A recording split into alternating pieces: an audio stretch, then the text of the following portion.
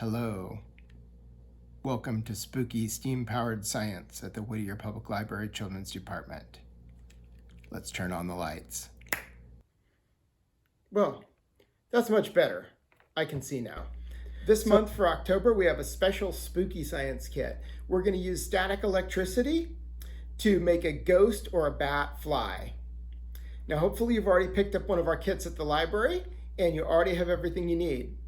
If not, let's take a close-up look at what you're going to need for this experiment.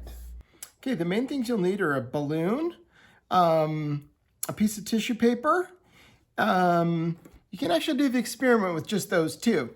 But optionally, you're also going to have a different color of tissue paper, some printer paper, a crayon, black crayon, a couple small pieces of thread, and then you will have to provide your own scissors.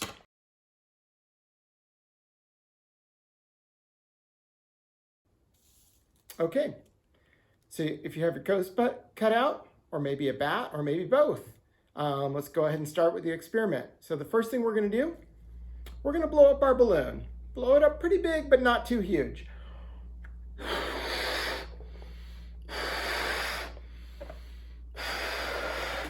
Now be careful when blowing up this balloon. Make sure to take good breaths in between. It's possible to actually pass out from blowing too hard into a balloon, so be very careful with that. Okay, I got my balloon ready. So the next thing I'm going to do is I'm going to rub this really nice and hard on my hair for about 30 seconds, 20 seconds, 30 seconds, somewhere around there. Okay, let's go.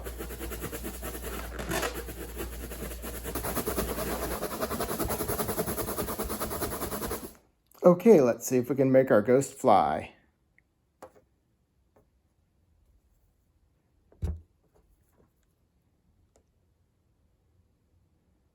Ooh, there he is, spooky, spooky ghost. So if your ghost floated particularly well, you might even be able to get him to fly on the end of a string. So let's give that a try. Take a tiny piece of tape and tape one end of a piece of thread to the tail of your ghost, at the bottom of your ghost, and then use only a couple inches of thread, tape the other end of the table, and let's see if we can get this ghost to fly a little bit. It may need a little assist to get started, and there it goes. Okay, let's talk a little bit about why this ghost or this bat flew. As I mentioned before, when we rub this balloon on our hair, we're creating what's called a static electric charge. And that's due to moving electrons. Now, electrons are tiny, tiny, tiny little particles that we find in ourselves and every single thing around us. There's billions and billions of them. And they move around pretty easily. In fact, electrons are responsible for electric current, which is the kind of electricity that powers things like lights and appliances in your home. Batteries use electric current. Anything electrical you use uses electric current, and that is moving electrons. But you can also create what's called a static electric charge, or an electric charge that stays in one place. And that's what we did on this balloon. We rubbed the balloon against our hair. When we did that, that rubbed some of the electrons from our hair off onto the balloon. So the balloon now has extra electrons, which gives it a negative electric charge. Now, electric charges, the same type of electric charges, repel each other or push each other apart. Opposite electric charges attract each other or stick together. So when we took electrons from our hair and they stuck to the balloon, that gives the balloon a negative electric charge. It leaves behind on our hair a positive electric charge. So when we move the balloon away from our hair, remember our hair stuck to it a little bit because those are opposite charges that are attracting. When we get the balloon close to the ghost or the bat, these electrons on here, this negative electric charge, is going to push away some of the electrons that are in the paper in the ghost.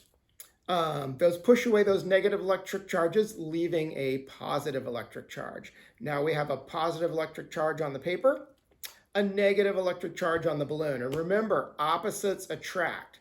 So once we have positive here, negative here, they're going to want to stick together.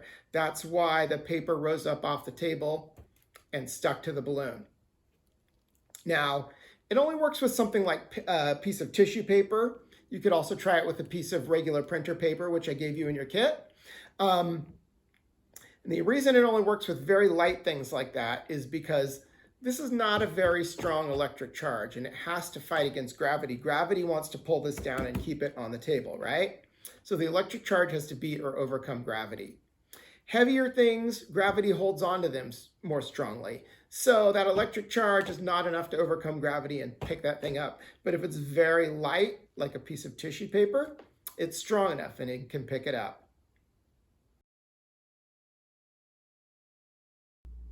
Well, that's about it for our experiment today. Thanks for joining us today. And if you'd like to learn more about these topics, please stop by the Whittier Public Library, talk to our librarians, and we can help you find more information about electricity, bats, or maybe ghosts, or maybe just a spooky story for Halloween.